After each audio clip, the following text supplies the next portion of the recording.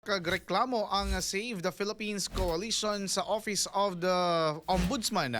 Bato kay Executive Secretary Ralph Recto o kanhi PhilHealth President Emmanuel Ledesma. Sumala sa mga grupong iligal ang pagbalhin sa 60 billion pesos gikan sa PhilHealth funds ngadto sa nasudnong panudlanan kay gituyo kini alang sa kaayuhan sa mga miyembro. Nangatarungan sila nga ang lakang mahimong mo resulta sa nalangan nga pagbayad sa mga ospital o mga tighatag sa kahimsog nga kaniadto nagreklamo bahin sa hinay nga pagbayad. Sa mayaging tuig daghang mga opisyal o kanhi opisyal sa gobyerno ang nipasaka og usab og kaso batok sa pagbalhin sa dulan 89.9 billion pesos nga sobra nga pondo sa PhilHealth. Sa Pebrero 2025 ang Korte Suprema gikatakda nga magpahigayon og oral arguments sa legalidad sa fund transfer. Matod sa gobyerno, kabahin kini sa estratehiya sa pagdumala sa pisikal aron mapaligon ang nasudnong panudlanan.